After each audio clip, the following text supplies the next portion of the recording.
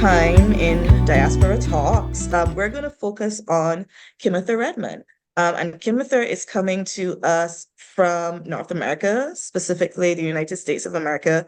And I'm going to give the space over to her to tell us more about, her journey with endometriosis and how it led to her advocacy.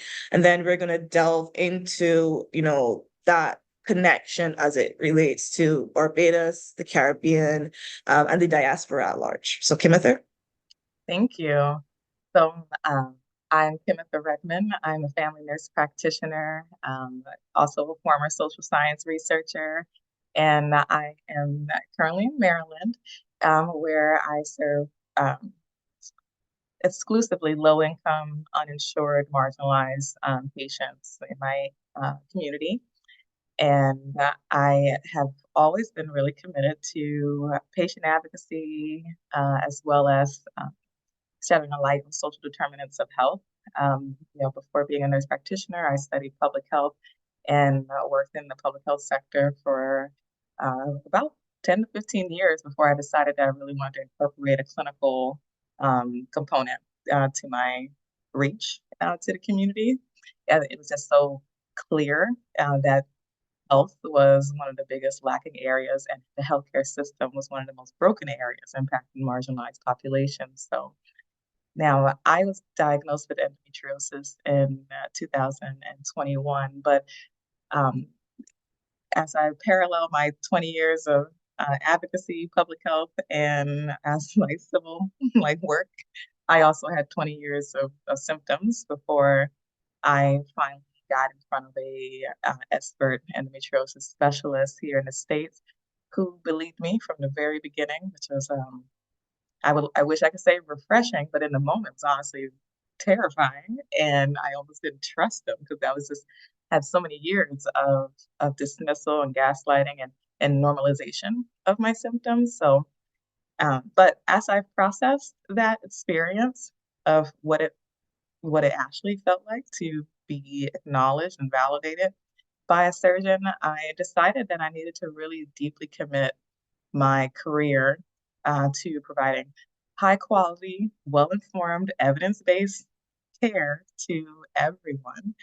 Because though I'm a woman of color, I've been privileged with education. I have 4 degrees and great connections and mentors and a pretty high health literacy specifically level. And somehow I still took 20 years to get a diagnosis and continue to still try to navigate the complexities of post-excision life. So that's what made me really want to commit to transitioning my advocacy efforts specifically into this space.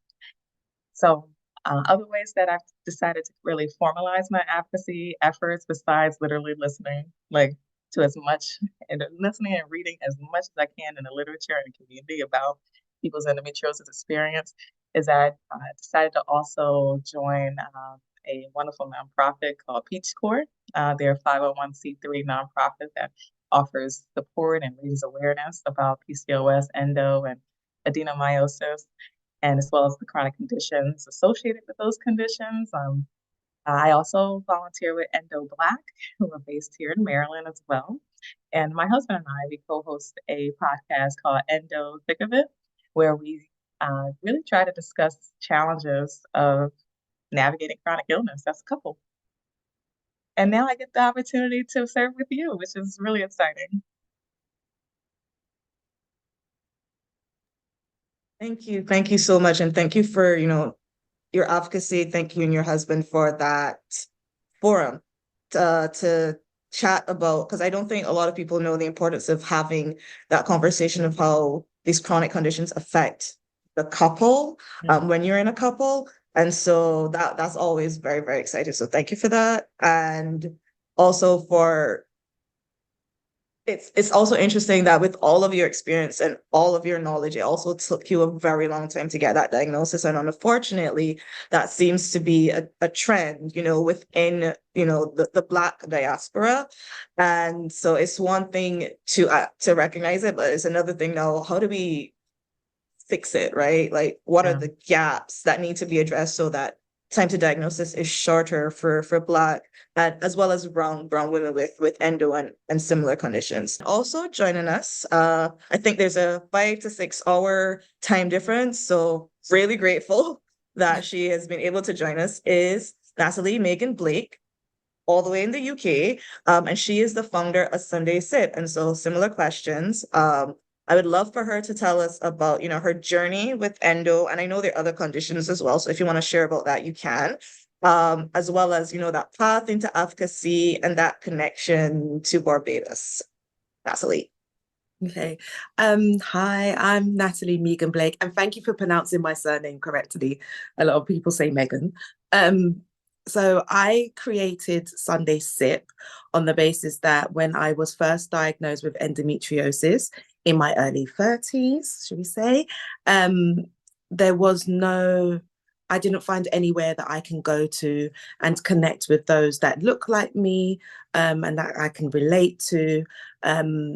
So I found that I just wanted to create that space so individuals like myself can come, share, network, and not to feel alone. Because when I was first diagnosed with endo, I did feel a state of loneliness and why me? And, I just went within myself. So a bit of my journey, I have to condense it now. In my early 20s, I was diagnosed with P.C.O.S. And straight away off the back, I was just told, just go and get pregnant, which was not something that I wanted to do. And I was just about to go on a girls' holiday. So that definitely was not happening. And I didn't have a partner neither. So no. And I wasn't told anything. I wasn't really given any information or nothing. I was just put on the pill, which was called the Celeste pill at the time. And that was it. I was just told heavy, painful periods, clotting periods was just something that I suffered with.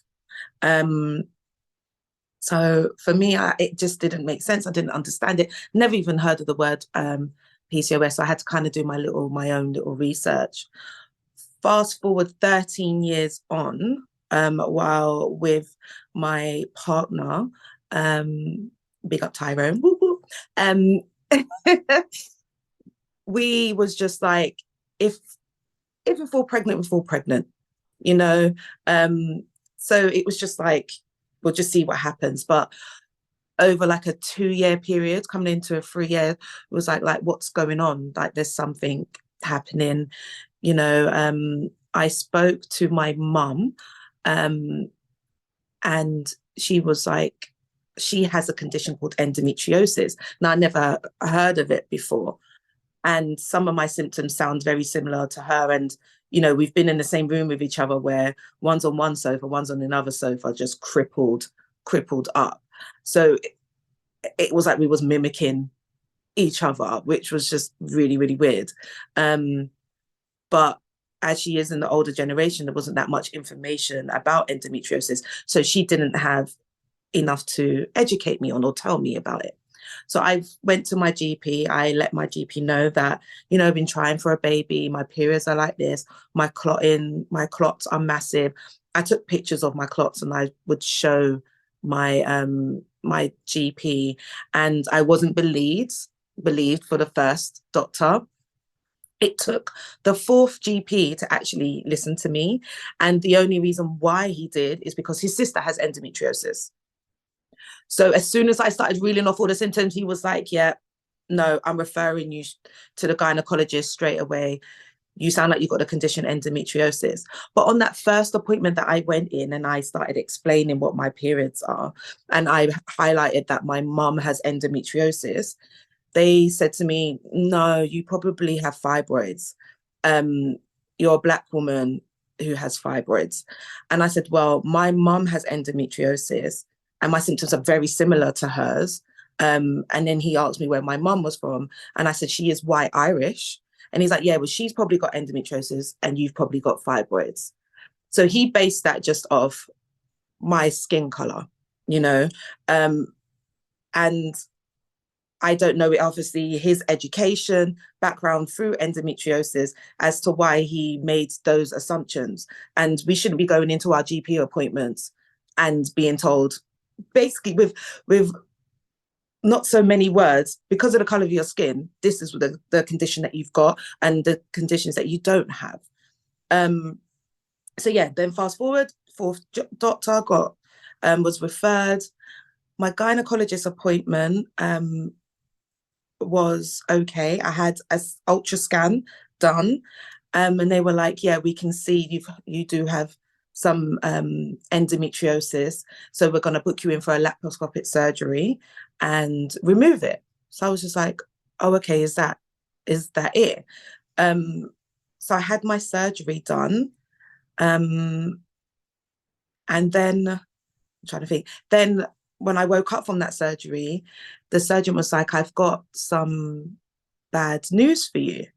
So I was just like, what's that? She said, I'm not skilled enough or qualified enough for the amount of endometriosis that you have. And you have organs stuck together. Your right ovary is stuck behind your womb. Your womb is then attached to your colon. You've got it on your bladder. And also I was having problems going to the toilet. So she said, I need to refer you to a specialist who can then do the surgery that is needed to be done. So obviously I was upset. And then she also said, you need to start thinking about getting pregnant. And I was like, but okay. But she was like, see the gynae and they can advise you. It took me 2 years to get my surgery after that because they forgot about me on the system. I wasn't on the system for some odd reason. So I had to keep sending emails and phoning and chasing up. And during this time, obviously, I'm at work, I'm in pain, I'm having painful sex, painful periods, I'm clotting, I'm fainting, headaches. It was really debilitating. And being a personal trainer at the time, I was finding it hard training my clients as well as, doing like my day to day. I then had my surgery. I had 8 procedures in one go, which included removal of 2 fibroids that they found, which they didn't see on the scans, but they found and they removed them. I then had to have a bowel reconstruction because a nodule, I've skipped bits, a nodule of endometriosis was stuck inside my colon. And they thought, at the time on the scan, they thought I had bowel cancer. They did say to me that they will have to do the reconstruction where they take that part out and pull it back together. So I might wake up with a stoma bag or I might not. I had loads of, like, around the ovaries they had to do. They didn't, at the time, they drained a cyst on my left ovary. And then they unstuck the bladder, and the colon and the ovaries that were stuck and bent round at the back of my womb. Then I was just told to just try and get pregnant. Best time, give it 2 months, try and get pregnant, and that was it. I wasn't given any advice or I wasn't even tested my AMH levels. That nothing was tested to see where I am fertility wise. And at this point I was 33, 34. And then from there, not got pregnant. And then I had to have another surgery because the pain came back really, really bad. And there was a cyst that grew on my left ovary, which was causing a lot of pain. And then I had, they said, endometrial nodules that was, my nerves was touching. So it was causing spasms all down my left side. And I wasn't really walking. So I had to have time off work. My partner would have to carry me everywhere. It was like, I just felt like, this is it. I can't do anything. I was just crying. I was bedridden and I just didn't understand it. I fought to be heard again. And it wasn't until, I got touch with another charity over here in the UK called the Endometriosis Foundation, that they helped and supported me through getting some treatment and some support in that area, because I went into a hospital for a week and they wouldn't give me a scan. All they were doing was just giving me pain medication just to suppress everything and not actually find out what is actually causing the pain, which would make sense to anybody. From that, I then had another surgery done. Within the space of a month, endometriosis grew back. The cysts that they drained grew back double the size. So it was kind of the size of a grapefruit. And it caused so much pain, so much pain. I'm missing out a lot of bits. I was told half an hour before my surgery that they were going to change what they were going to do. And I had to pick between fertility or pain, which is not correct. They shouldn't have done that. But they had to get that permission before myself going in. They said they wouldn't touch my fibroids. So I'm still left with 3 fibroids. And on the scan, on my second to last surgery, they didn't see the cyst that was growing on my right ovary. So when they went in, they found stuff. And this is a common thing that I've heard a lot. It's like on the MRI scans, you might see some endometriosis, but then when they go in, they're like, oh, wow, okay, there's this, there's that, you know, and it is a common situation, unfortunately, that happens. So I've had both cysts drained on each ovary and removed. Endometriosis cleared up. I'm still having problems with my colon sometimes, you know, I'm having the excruciating pain sometimes, but it's not as bad as what it was. And I feel like that's the condensed version of my journey, which was a lot. My links to Barbados, my home. My gran is from Barbados, and she's the lady, the woman, the queen who raised me. She raised me from a baby. So I do call her mum. You know, that's the lady who raised me. And, you know, I've always been going to Barbados from ever since I was a kid, and I went primary school there and everything. So she from Silver Sands, Christchurch, Silver Sands. Whoop, whoop. So that is my link to Barbados. And we also have Miss Shawna Griffith, you know, from right here in Bridgetown, Barbados, Bim Bim. And she's also going to share, you know, her journey with endometriosis and the importance of speaking out and talking about endometriosis. So, Shawna? Hi, guys. So, as Julia said, my name is Shawna Griffith, and I am a multifaceted entrepreneur in Barbados. And it is my pleasure to be here with you guys here to speak about endometriosis, which is a disease that affects 1 in 10 women. My experience with it has been a roller coaster journey, stemming from the age of 12 when I first had my first period, all the way to present day at 30, actually being on treatment for endometriosis and P.C.O.S. So I think forums like these are important because it does give the person some information, and that information that was not common knowledge, especially when I was first told about endometriosis around the age of 21. So I'm thankful for BAPE for having this this forum today, and I'm happy to be a part of it as well. All right. Awesome. So again, thank you everyone for your introductions. And now let's just get into the meat of the matter, the nitty-gritty. And let's talk about like what this looks like across the diaspora. So the first question, and I'm going to start with Shawna.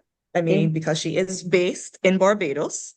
How has the journey of living with endometriosis been shaped by your Barbadian, you know, cultural background? I think that in Barbados, we do have a culture where period pain is seen as a normalized thing, and persons would basically say, you know, it's something we all go through as women. It's normal to have this pain. It's, you know, take 2 Advil and you'll be better.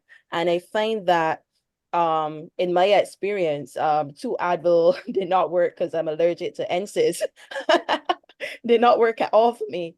But I find that it's so normalized, and there's so many women that I have spoken to in my profession as a journalist and then now as a PR that would tell me, you know, they have horrible period pain, and they also thought it was normalized. And when it was like, hey, it's not normal to have, you know, pain, or to have, you know, such bad pain that you can't move, etc., they were like, oh wow. And I was like, yeah, and there's something called endometriosis. Did you ever hear of this? I can't give you a diagnosis. I'm not a doctor, but you need to go to your gynecologist and get checked. And the response when we say that would be, the response when I say that, sorry, would be so much clarity. Persons finally have a word that they can bring up with their gynecologist, etc. And I think it's the culture that we have in Barbados, especially for Black women, to be strong and be tough. And this is something that we as Black women go through. So, you know, why are you being squeamish about it? You know? And I think that a lot of that stems back from the plantation society, and how in those societies, you know, Black women, not only were they over sexualized, but they were made to, you know, bear children and be the backbone for the revolutionary periods, etc. So I think stemming that all of that stems into the Barbadian narrative, where it seems, sorry, as normalized. It's seen as something that Black women go through. It's seen as, but this is just a little pain. This is what you have to expect. And there's no real sensitization of what is normal and what is seen as normal. And I think that that is something that the book Invisible Not Imaginary address. And I was pleased to be a part of that experience, to share not only my story, but my poetry as well in there, so that persons would understand that, you know, it's not normal to go through this experience in the level that we go through. Thank you so much, Shawna, and thank you for plugging in the book Invisible Not Imaginary by your organization. And again, thank you for your support on that. So we're going to move on to Natalie. Same question. How has the journey of living with endo been shaped by your Barbadian cultural background? So yeah, I was raised by my gran, who's from Christchurch, Silver Sands. I have to keep saying. Are you Silver Sands as well, Christchurch? Yes, I actually live by Silver Sands Beach. Oh, do you? Oh, okay, we'll talk about it. So yeah, so for my gran, like, her seeing me going through what I went through, to her, and obviously living over here in the UK, she would take me to the doctors and then they would just tell her that it's normal. And I feel like, with maybe from my experience, that generation, they would just take on what the doctor says and maybe not question it too much, because they're qualified, that's the doctor, that's the GP, and they know what's going on. And it's whatever they give you this medicine, you have to take it, it will make you better, it will help you. And I then grew up believing that as well. So what the doctor says to you, you know, that's what's correct, and you have to follow what the doctor says. I To my knowledge, I feel one of my aunties who had her periods weren't as excruciatingly painful as mine, but she did experience some. But my gran just connected the dots with me and her, and was just like, oh, you just have bad periods like your auntie, you just have to take the paracetamol, the Panadol, you know, have a hot water bottle, go and have a bath, or go to bed, you know, and that was it, and it will pass. You know, you have to be strong. You're a strong young lady, you know, and this is what happens to you. And my gran wouldn't mince her words. She would just say, this is what it is, and that's it, and you just have to keep moving. And I adapted that, and I would, it would affect my everyday, but I was just like, no, my gran said, this is how it is. It's just a bad period. The doctors have told her that. So I just believed everything. But she was none the wiser. She was never told anything. That her generation there was nothing really spoken about with endometriosis or fibroids, adenomyosis, PCOS, any of these conditions. So she didn't have the education. Then how was she then meant to teach me? And also back then teach my auntie before I then came along with these conditions. And then she's coming from Barbados. She came over to the UK in 1962. So, there's that, her coming into a new country. What does that look like medically for her as well, even though she came in and started working as a nurse. So she's there caring and for other people, but you're just going by what the UK standards are. You don't really know that much. And she was a strong, really, really strong and confident woman. And she really embedded that into us. And for me, I felt like I had to be like that as well. So going through what I'm going through, it was just like, keep this stum and keep going. Until I was told this condition, I had a conversation with my birth mother and found out that she has endometriosis. And that's, my mum is white Irish, so that's a totally different side. She didn't raise me, so I didn't know anything, and unfortunately, my gran passed away before I could even let her know. Do you remember when I used to be bent over, throwing up and all of this? It's because of this. And then let her know this is what was going on with me, instead of her just thinking it's just a bad period, like what the GPs told her. Yeah.